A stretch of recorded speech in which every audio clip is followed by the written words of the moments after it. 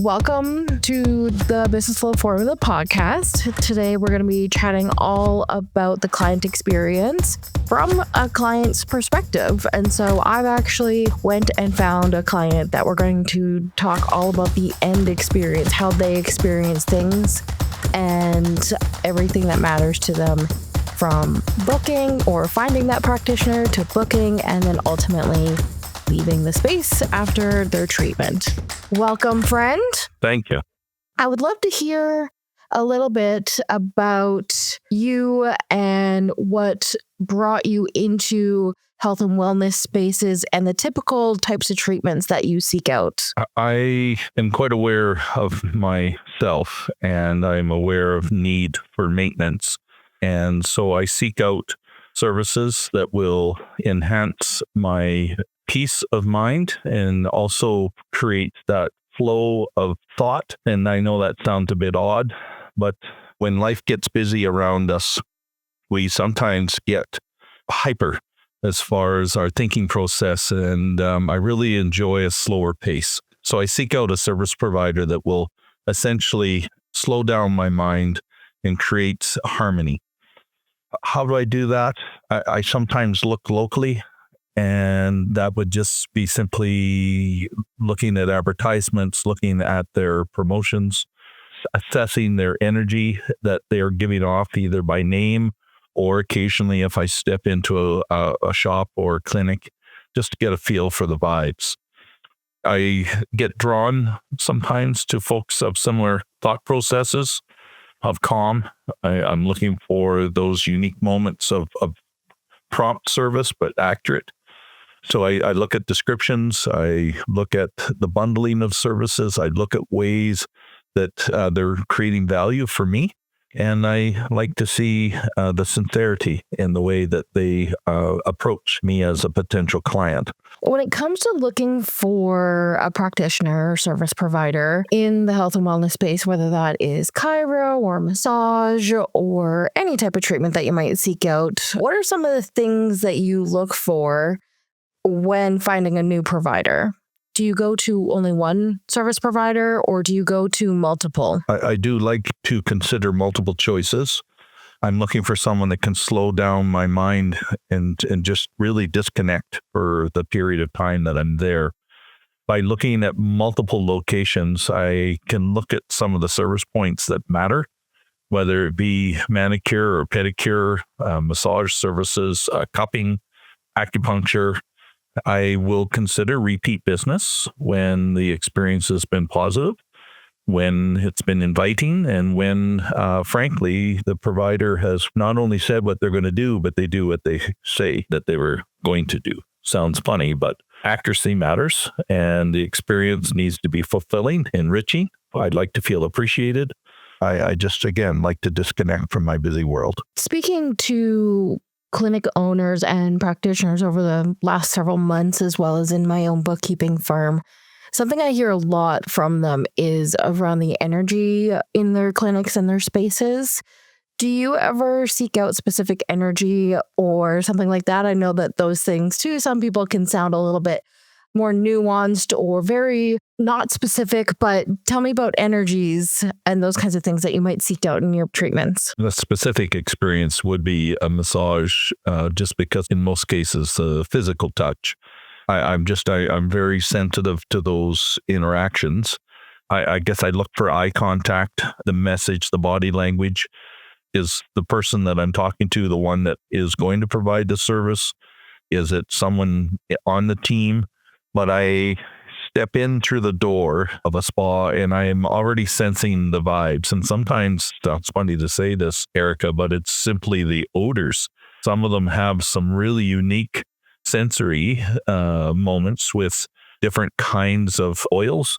It's just a great way to start that moment, I guess, of engagement. Sometimes it's the hand lotion. Sometimes it's the different samples that they have available that just give off a scent. And it's a powerful memory jolt of calm. And there can be other extremes. Things could be noisy. Let's just be honest. It can be busy. The odors could be about nail polish and other kinds of care that are happening in the spa that that sets a different tone than the massage experience. But lots of spas are inclusive. I mean, it's all the different kinds of services. So I don't like to be judging, but I have to remember that I'm the client. I need to put myself first. I need to make sure that my needs are going to be fulfilled. Definitely. The other one is like showing up positively for clients, or even for yourself as a client, showing up positively for your practitioner. For me, I know that if I'm showing up negatively for my clients, or I have a lot going on in my world and I bring that onto calls with clients, it completely shifts the dynamic. Have you ever experienced a situation where it's been like overwhelmingly positive and really inclusive, or you can just tell like the energy and the vibe is just radiating? But then on the flip side, have you ever experienced something that you could tell that maybe there was a fight or something in the spa or the clinic that you went to? I've received and encountered both extremes, quite frankly. When you step in, it can be jolting, frankly, the positivity that's radiating throughout the rooms or the welcome moment. It's capturing, quite frankly. It makes you want to come back. It makes you want to promote that feeling to others, whether it be friends, colleagues, whatever the circumstance. Let's answer the question about negativity. There's been a couple times where I go in and you can just tell that the atmosphere is off. It's a little tense. There's been moments where some of that attitude comes across in a welcome message, and then there's an apology, but the first impression's been made. Let's remember, Erika, first impressions are a lasting impression. It's important to make the best effort you can to make that right first impression. I've had to sometimes cancel an experience that I had planned for with disappointment for me, but professionally, I could just tell that it wasn't going to work or the right time. It could have been just as innocent as a phone call prior to me coming in. And there was an incident, and personally for somebody that was upsetting, I consoled them in their moment and, offered my sympathies, and we just simply, reset. And we tried again in a few days, and they really appreciated that consideration. Yeah. I think it's really important to acknowledge the compassion that both practitioner and client sometimes have to have. And, of course, things come up. It's a human business after all. Yeah, I think it's so important, especially in the health and wellness industry, where people are often seeking some type of treatment, whether that's mental health treatment or massage treatment, nails, could be skin, it could be whatever. But fundamentally, I think that a core part of it is making someone feel better in one way or another, and making sure we're coming to that with positivity when possible, not toxic positivity. We want healthy and authentic positivity. Yeah. So I know that you travel quite frequently, both domestically and internationally. And I know that you really prioritize your health and wellness treatments. Can you tell me about how you find your practitioners when you're traveling? Yeah, again, great question. Because when we're not local, out of country travel, safety is important. You're putting yourself in someone else's care. You're accepting some risk, but part of that search is filtering out potential challenges that could emerge. And it could be just simply location, because in some towns, and I'll say smaller cities, when you are a guest, you don't know where some of the risks or dangers are lurking. And part of the investigation that I do is just simply learning and becoming more informed about some of the areas of a community that are better to attend. And I'm going to just say this: in a small city, if you had 27 practitioners or service providers around the area where we may be staying, sometimes then I can text or I can phone them and find out their hours of operation and see what kind of communication styles they have. The clarity in listening, that's my message to you, Erika, is can they listen to the question and comprehend and give me a responsible answer in a very polite way. That also invites me to go one step further, and that is to go knock on a door, open a door, walk through and see what the atmosphere is and see what the flow of energy is really like. Do you prefer going to more established clinics that have perhaps multiple practitioners? Or do you prefer going with a solo practitioner, whether they're working out of a space and they just have a room in an office building or something like that, or going to a home if it's a home-based business? And why or why not? What is your preference? I've had a little bit of all the things you've described. I've had it in a larger clinic where there's many service providers. I've actually gone to a couple of schools where they're doing the training on different kinds of provisions for spa care. And that's been just amazing. The buzz of activity and the learning, it's great to support their journey and becoming more independent, right, in their ventures. As far as solo practitioners, I will say I prefer the home-based solo experience because of that warmth of a home that people can provide. And when you get to a larger spa that has 8 to 10 practitioners in it, they're often located in a very busy part of a small city or community. And I'm going there to de-stress. I'm going there to unhook and decouple or disconnect from my busy world. I don't want to get back in a vehicle and get right into that busyness again, if that logic makes sense. Yeah, that makes sense. We were speaking earlier on about some financial rewards of doing that as well, not necessarily from your point as the consumer or the client, but rather making sure that there's fair pay and equal pay, and knowing that the practitioner is getting directly rewarded and keeping the majority of those funds. Of course, there's taxes, there's advertising, there's rent, all those kinds of things. Is that something that you strongly consider, or it's more about that energy exchange again when it feels like home, it feels like a comfortable, warm, inviting space? Is that fair to say that that's more important for you? It is important. When I travel internationally, sometimes the first experiences with a spa environment for safety and assessing, even just sometimes there's language barriers, right? So we have to learn about the communication style and what different terms mean within their culture and community. If we start now to peel back the layers, when you learn about terminology, you learn about cultural norms and expectations, you learn about preferences, and again, you're traveling, right, in some of these countries, just simply road rules to get from point A to point B. Again, let's keep the stress low. If I go back to a solo practitioner working out of their home, I know that their fees are helping them sustain their life and their lifestyle. That's very important to me. And we can make the same argument for someone renting a space. They are keeping a portion of those monies as part of their earnings as they pay rent for the space. And when we look at the larger service provider locations, same thing. They're trying to run a successful business. They are juggling the demands as an owner, and they may be a partner.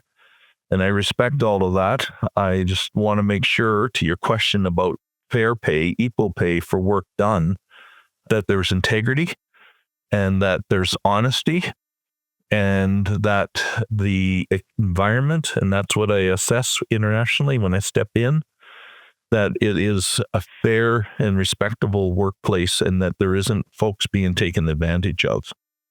But again, I've witnessed all these different elements. That's why I share it like that. I've seen situations where an owner will charge a certain value, but the practitioner that did the work got considerably lower pay. I've also seen where the owner manager upheld good ethics, and they made sure that they were properly reimbursed, the practitioner. And in some countries, tipping is expected, tipping is encouraged.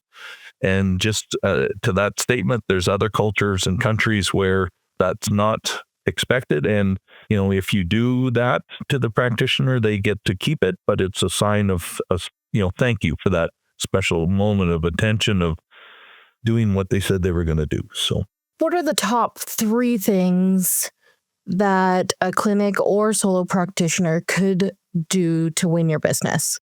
I know that in today's economy, we have many options about how we find people who can help us and treat us and that kind of thing, but also where to spend our money. What are 2 to 3 things that would win you over, make you a loyal client to somebody? They have to earn it. They have to earn my respect. They have to earn my patronage. They got to earn that loyalty. When we're communicating, is it thoughtful? Is it inquisitive? Is it holistic? As you said, we were talking a bit earlier, have they listened to the situation? I've had a couple moments out of country where I had a very severe neck pain, just slept either on the wrong pillow or the wrong way, but it was impairing my ability to, believe it or not, shoulder check when I was driving. And I had to find care so that I could recover, so that I was safe on the road. It was that serious. As I started down the journey of finding my service provider, I'll say the fixer, I found after the 3rd inquiry someone that listened, and they asked questions about, well, is it in your arm, or is it here, and is it there? But they were thoughtful questions, and they were making notes. And it wasn't just that one call. There was a fault. They said, let me do some homework. I'll get back to you. And they followed up. They said, just give me an hour or 2 to do some homework. I think I can make something happen today. So they did. They showed that care, and they put together a treatment plan. It was going to take 2 or 3 adjustments and sessions, but now there's my loyalty because I became a priority.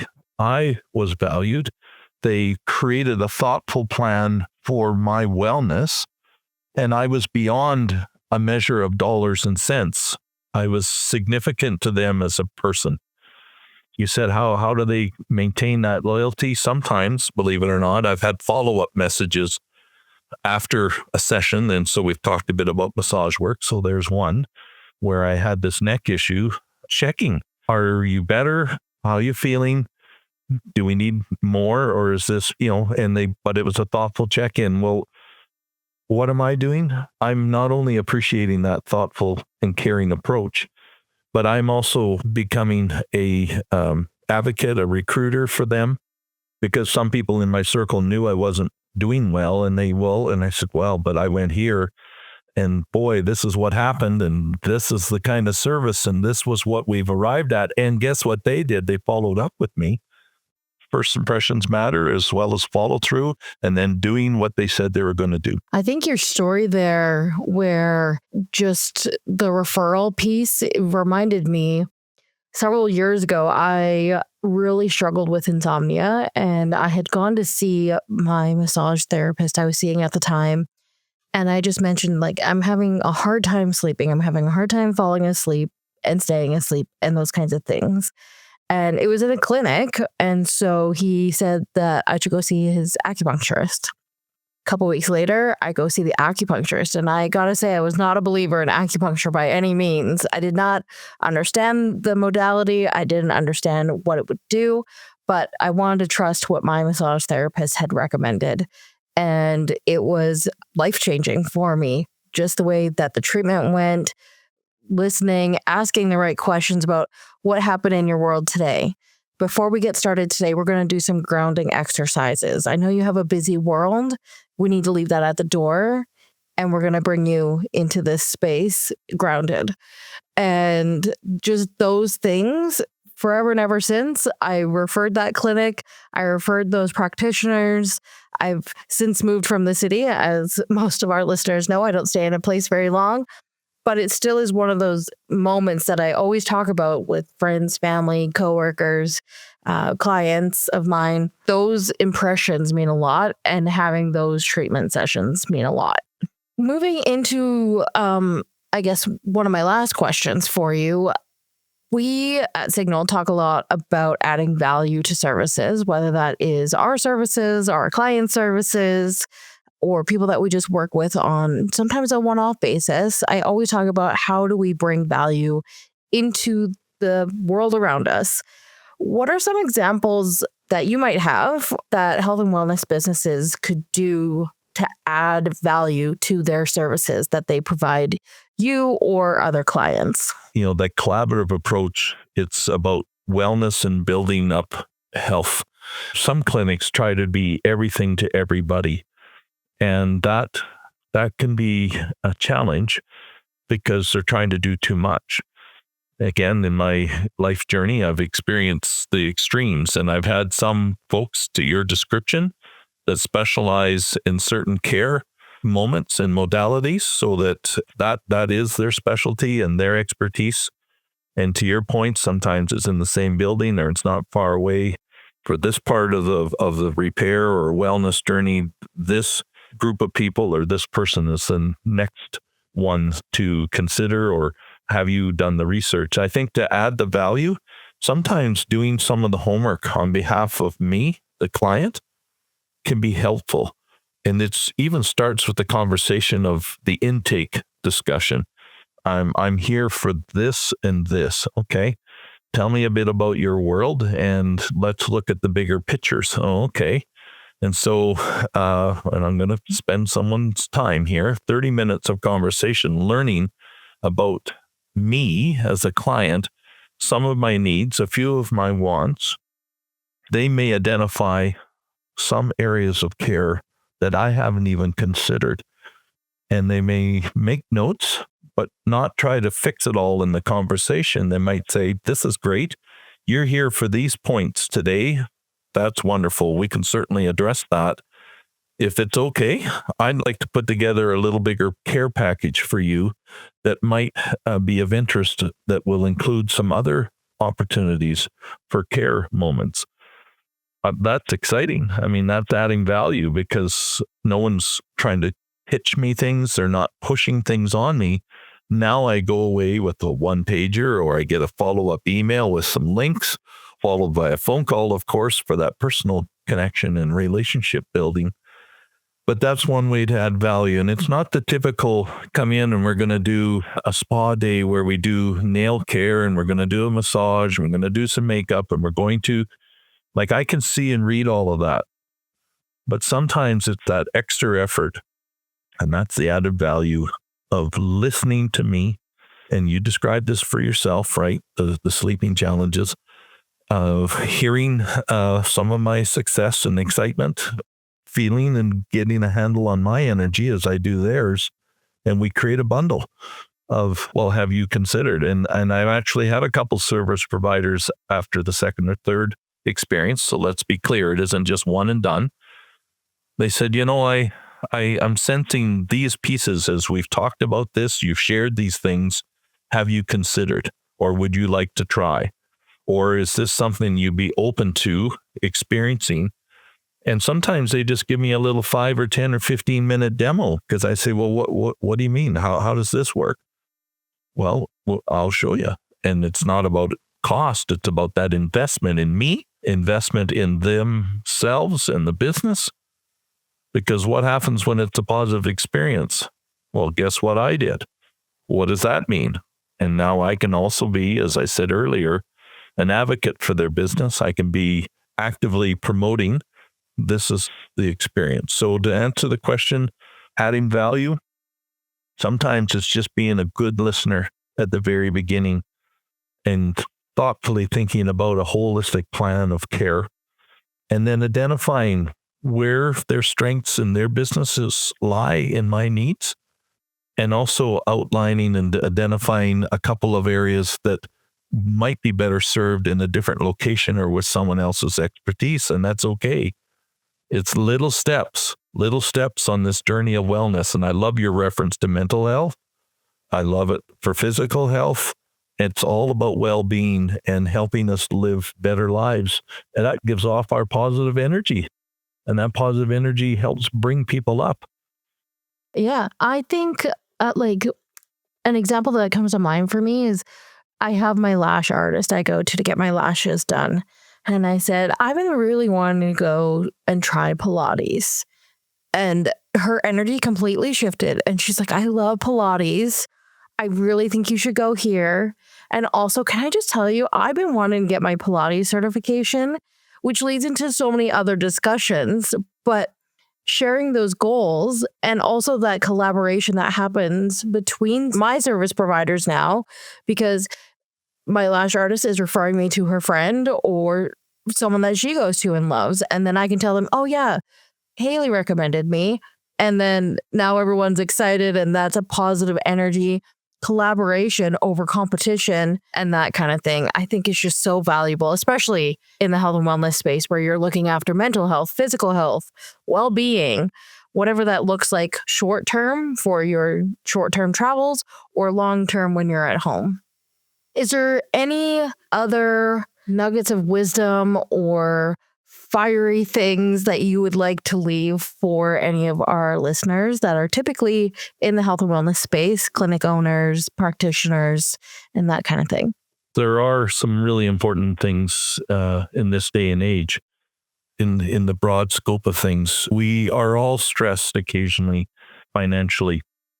We have busy lives. Social media is bombarding us with images of perfection. We know there's bundles and locations of complaints and negativity, and we're seeking out our positive moments and reward. And I guess my message as a potential client, not just a customer, and that's, I guess, one nugget. I've already talked about it.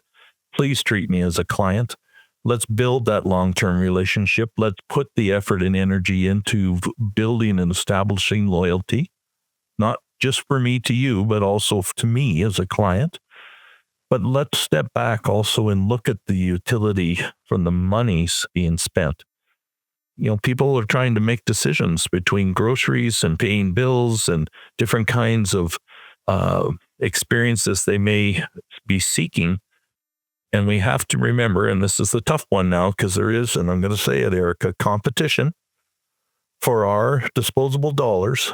It's not all collaborative. And that's what I say to some of these folks providing the service and creating these experiences is, if I'm treated as a client and I feel valued, I will see my investment of money well spent, knowing that I have a longer term return coming my way. And it might mean a little extra here and there as far as, again, massage service of 60 minutes, maybe it's 65. Nail care, someone's not happy, they do an extra buff. If we think about skin care, hey, I noticed this. Did you? Well, I've got a few extra minutes. Do you have time? Let's just, rather than come back, you're providing, right? That little extra moment of care and service that keeps me coming back. And that also inspires me to promote you and your team to other people. And that comes back to your point earlier about collaborating, as we build each other up. And that's that collaboration of energy, right? Like we are building each other up in that positive reach and helping people see the good. So those are some nuggets, is just making sure that I feel valued as a client, making sure you're prepared to make the investment with me and in me as a loyal person. And it works both ways. Just, to take a moment to make sure that the dollars you're asking for, there's good value to your clients over the long term for those moments of spending. Well, I just wanted to say thank you so much for coming on and talking with me for, a few minutes here. It's really important for me to learn even more about the client experience as someone who coaches health and wellness businesses. So I really appreciate it, and we'll be talking soon. That's great. Thank you for the opportunity to share. And again, it's just great to give back. So thank you. You're welcome. Are you ready to turn your chaos into calm? Subscribe and follow the Business Flow formula. Let's create more profit, efficiency, and flow together.